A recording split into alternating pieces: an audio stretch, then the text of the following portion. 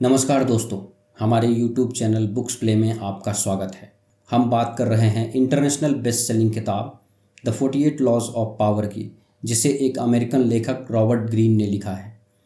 The 48 laws of power किताब उन 48 तरीकों को समझने के लिए है कि कैसे हम अपनी ताकत को इस्तेमाल कर सकते हैं और इसे और बढ़ा सकते हैं। ये नियम उन काम, विचारों और काम करने के तरीकों से मिलकर बने हैं जो पावर के खेल को अपने तरीके से खेलना सिखाते हैं। लेखक अच्छे से समझाते हैं कि कैसे पावर आपके बिजनेस और वर्क पोटेंशियल को इफ़ेक्टिव बनाता है और आपकी ज़िंदगी को बदल देता है। दोस्तों, ये वीडियो का छठा पार्ट है। इस वीडियो के बाकी सभी पार्ट्स का लिंक नीचे डिस्क्रिप्शन में दे दिया हूँ। इस वीडियो को देखने के बाद आप बाकी पार्ट्स को ज़रूर देखें। तो चलिए शुरू करते हैं। नियम 38, think as you like but behave like others. आप जैसे चाहे सोचें पर दूसरों की तरह व्यवहार करें। अगर आप आज के समय के खिलाफ चलते नजर आएंगे और अगर आप लोगों को अपारंपरिक विचारों और अप्रचलित तौर तरीकों को प्रदर्शित करेंगे तो लोग सोचेंगे कि आप सिर्फ ध्यान आकर्षित करना चाहते हैं और आप उन्हें नीचा दिखाना चाहते हैं। इसीलिए वह आपको तिरस्कार की दृष्टि से देखेंगे क्योंकि आपने उन्हें हीन महसूस कराया है। इसीलिए वह आपको दंड देने का रास्ता खोज लेंगे। यह ज़्यादा सुरक्षित है कि आप सबके साथ घुल मिल जाएं और सामान्य दिखने का अभ्यास करें। जब आप लोगों से घिरे हुए हो तो उनकी सोच और विचारों को समझें। अपने मौलिक विचारों और अपनी सच्चाई को सिर्फ सहिष्णु मित्रों या उन्हीं को बताएं जिन पर आपको पूरा भरोसा है कि वह आपके अनूठेपन की कद्र करेंगे। आपको जैसा भी सोचना है आप सोचिए, परंतु व्यवहार हमेशा लोगों के हिसाब से ही करने में भलाई है और यही शक्ति की कुंजी है। लेखक कहते हैं कि धोखा देने की कला बहुत शक्तिशाली हो सकती है। जैसे एक गिरगिट इर्द गिर्द के वातावरण के हिसाब से अपना रंग बदलता है और सही मौका देखकर अपने शिकार पर आक्रमण करता है, उसी तरह शक्तिशाली बनने के लिए यह जरूरी है कि आप अपने आसपास के माहौल में ढल कर रहें। दोस्तों, यह नियम हमें बताता है कि ऐसे विचारों को प्रकट करने का कोई फायदा नहीं है जो हमारे लिए खतरा पैदा कर दे। ऐसे विचारों को दबाकर रखने में ही समझदारी है। नियम 39, stir up waters to catch fish. मछली पकड़ने के लिए पानी हिलाएं। दोस्तों, पावर का यह नियम कहता है कि गुस्सा किसी भी समस्या का समाधान नहीं है, इसीलिए हमें सदा शांत रहना चाहिए। कुछ लोगों को गुस्सा बहुत जल्दी आता है, वो किसी के भी उकसाने पर बहुत जल्दी भड़क जाते हैं।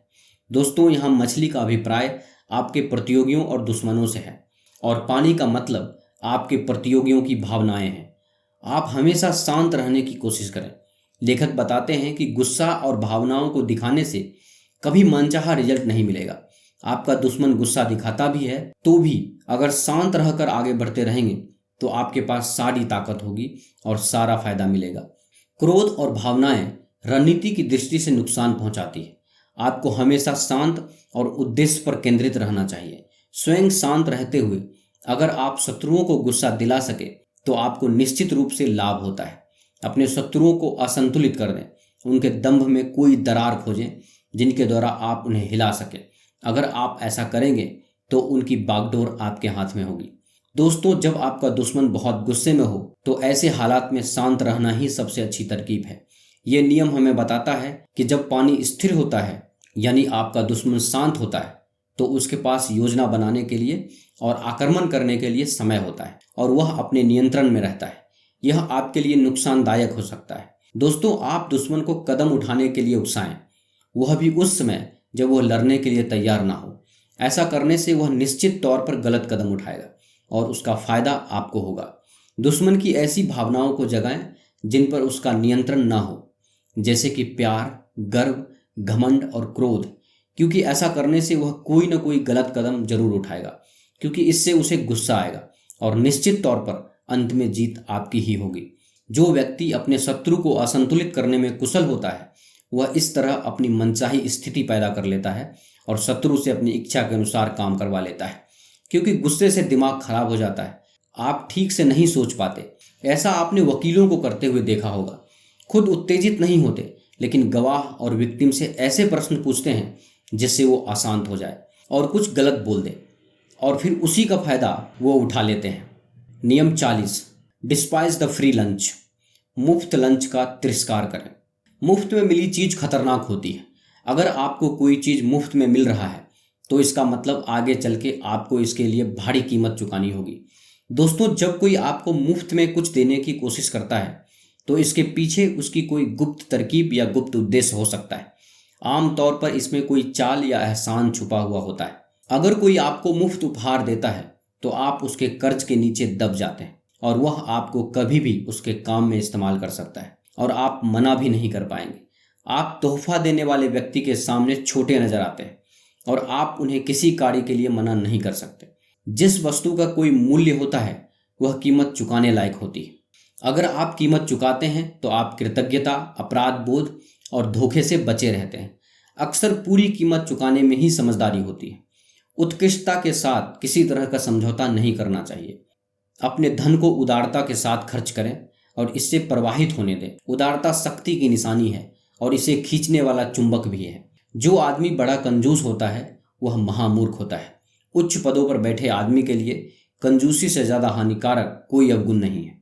कंजूस व्यक्ति ना तो देशों को जीत सकता है और ना ही कोई बड़ी उपलब्धि पा सकता है, क्योंकि उसके पास पर्याप्त मित्र नहीं होते जिनके बल पर वह अपनी इच्छा पूरी कर सके। जो भी मित्र बनाना चाहते हैं उसे अपनी वस्तुओं से ज्यादा प्रेम नहीं करना चाहिए, बल्कि उचित उपहार देकर मित्र बनाना चाहिए। लेखक इस नियम को एक उदाहरण से समझाते हैं।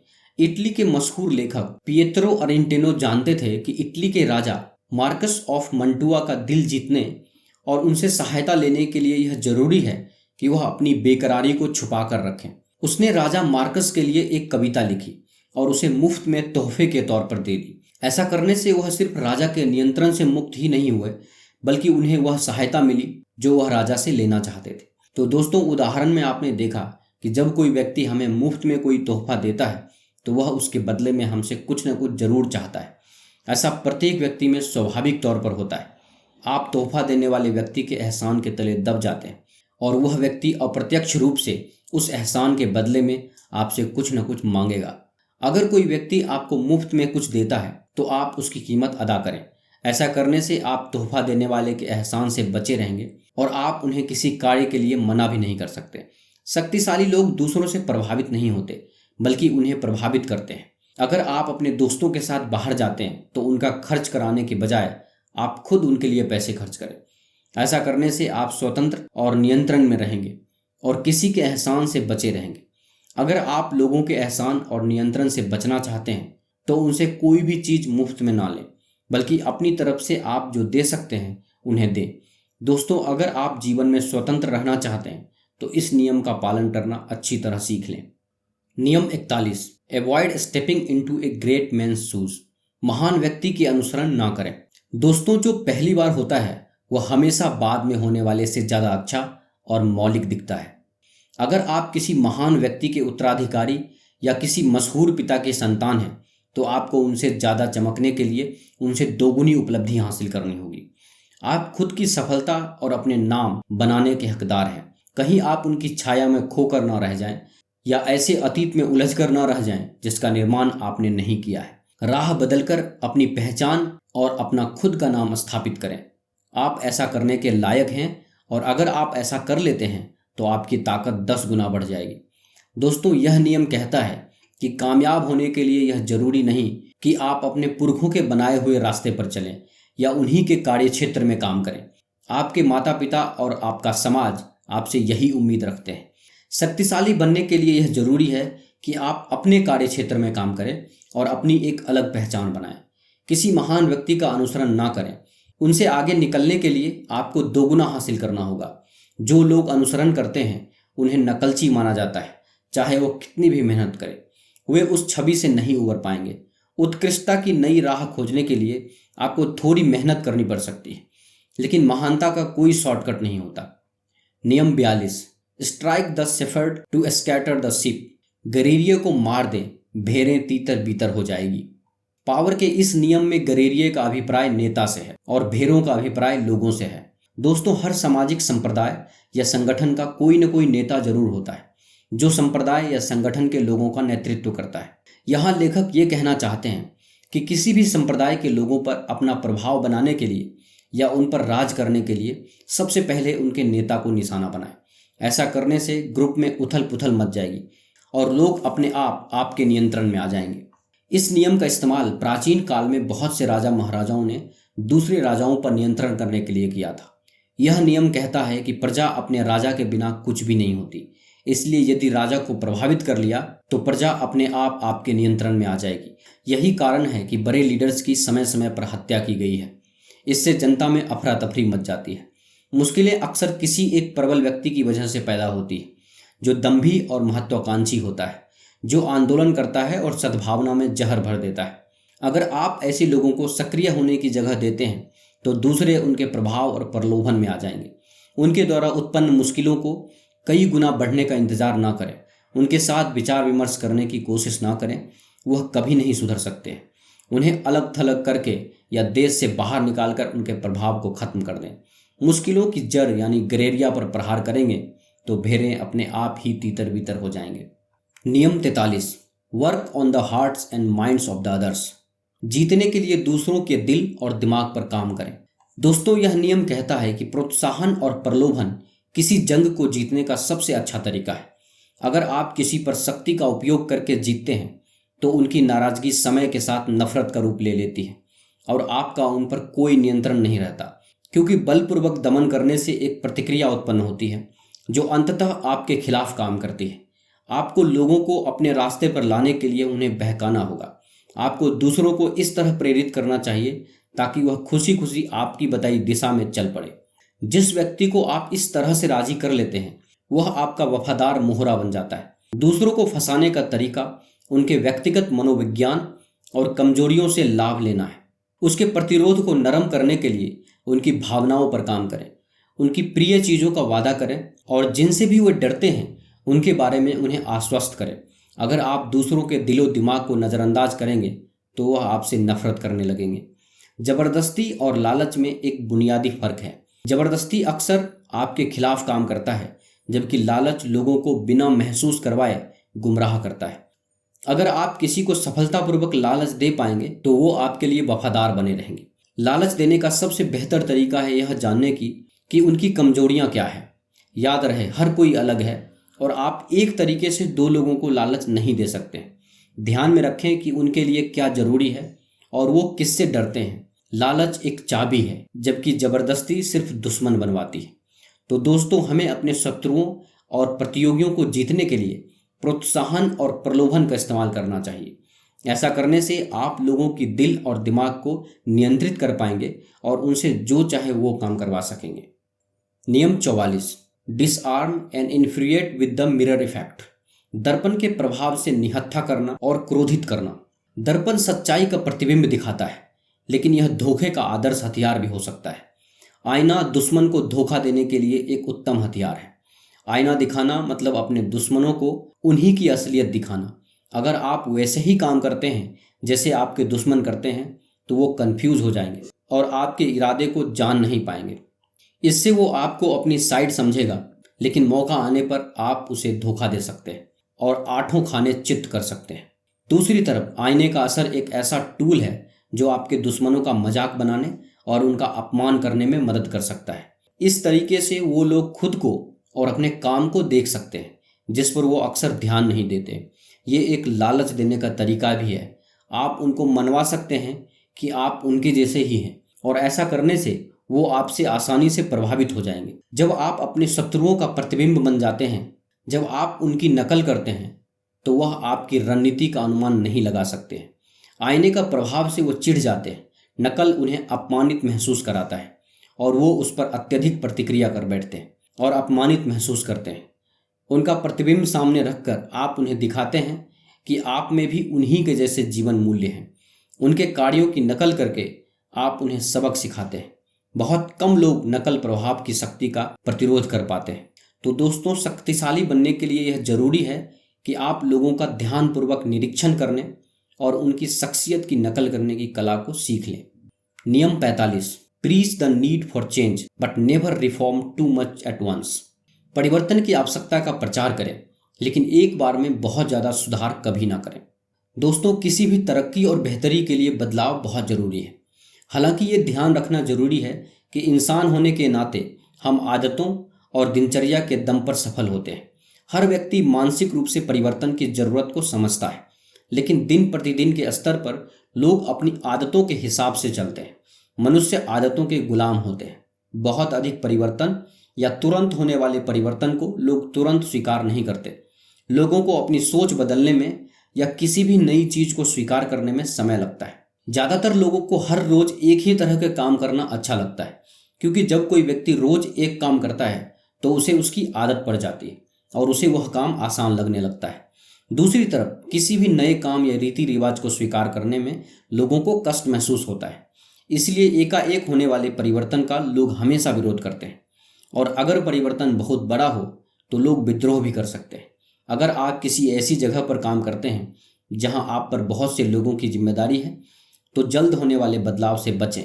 बहुत ज़्यादा बदलाव लोगों को परेशान कर सकता है। सबसे पहले कार्य करने के वर्तमान तरीकों को अपनाएं या पुराने तरीकों का सम्मान करने का ढोंग करें। अगर आप कोई बदलाव करना चाहते हैं तो बदलाव को धीरे धीरे अपनाएं। सबसे पहले लोगों के विचारों का निरीक्षण करें, उनकी भावनाओं को समझें और फिर उनके सामने बदलाव का प्रस्ताव रखें। ऐसा करने से आप किसी भी तरह के विरोध से बचे रहेंगे और लोग धीरे धीरे आपके बदलाव को स्वीकार कर लेंगे। अगर परिवर्तन आवश्यक हो तो ऐसे जताएं जैसे परंपरा में सिर्फ थोड़ा सा ही सुधार किया जा रहा है। इससे लोग आपको ज़्यादा सम्मान देंगे। नियम 46, नेवर अपीयर टू परफेक्ट। बहुत आदर्श नजर ना आए। अगर आप हमेशा परफेक्ट दिखाई देते हैं या बहुत सही दिखते हैं तो आप खुद को खतरे में डाल रहे हैं।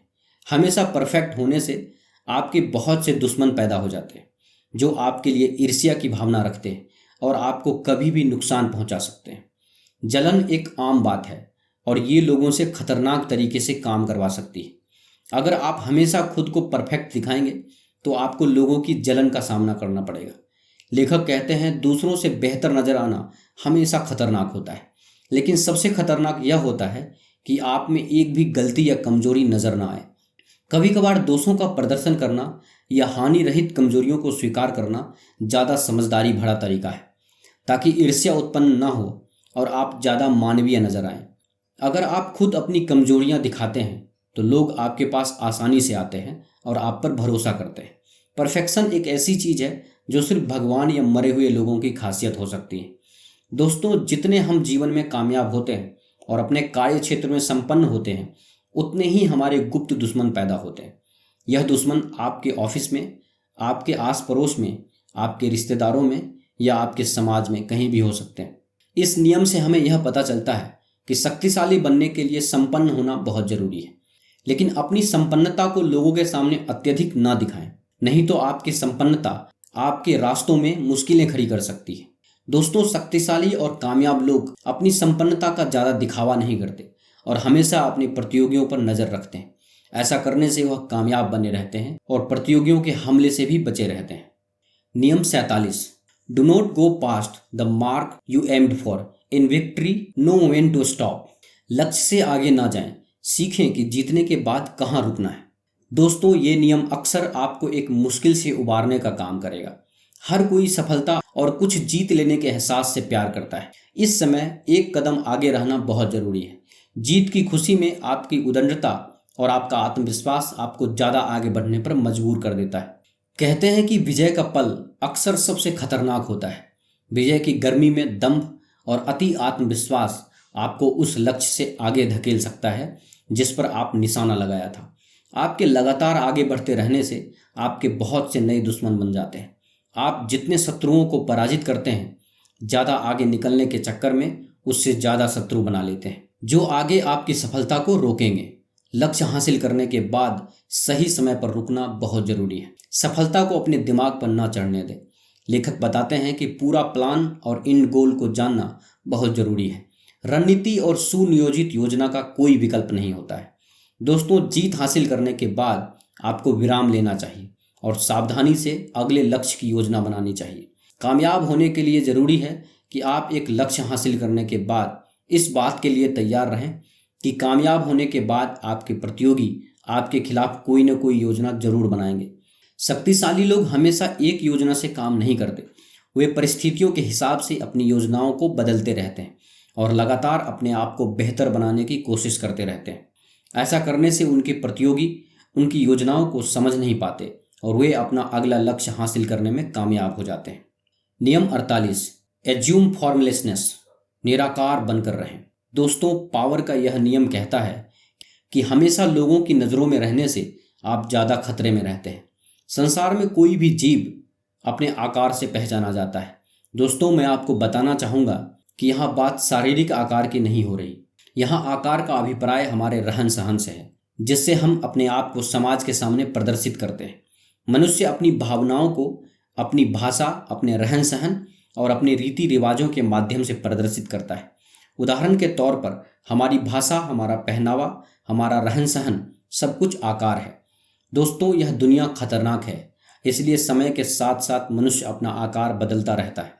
प्रत्येक व्यक्ति जीवित रहने के लिए और अपने बचाव के लिए किसी न किसी प्रणाली या व्यवस्था को अपनाता है। जो व्यक्ति समय के साथ अपने रहन सहन को नहीं बदलता है, वह एक न एक दिन दुश्मन द्वारा मारा जाता है।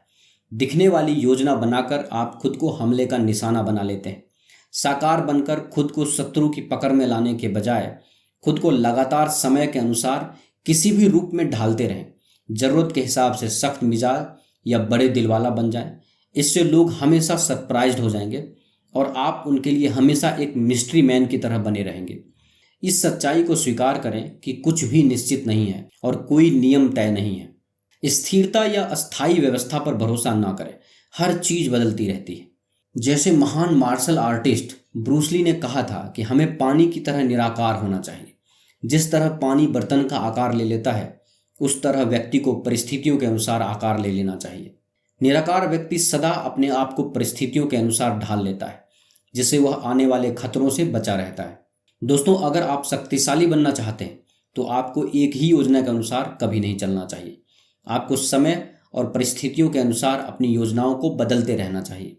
ऐसा करने से आप दुश्मनों की योजनाओं को जान पाएंगे और उनसे लड़ने के लिए अपने आप को तैयार कर पाएंगे।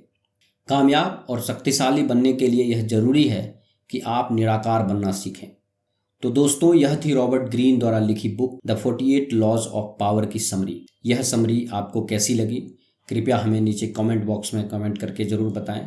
अगर आपको यह समरी अच्छा लगा हो तो इस वीडियो को लाइक और अपने दोस्तों और फैमिली मेम्बर्स के साथ अवश्य शेयर करें। और ऐसे ही लाइफ चेंजिंग बुक समरीज देखने के लिए हमारे YouTube चैनल बुक्स प्ले को सब्सक्राइब करें। धन्यवाद।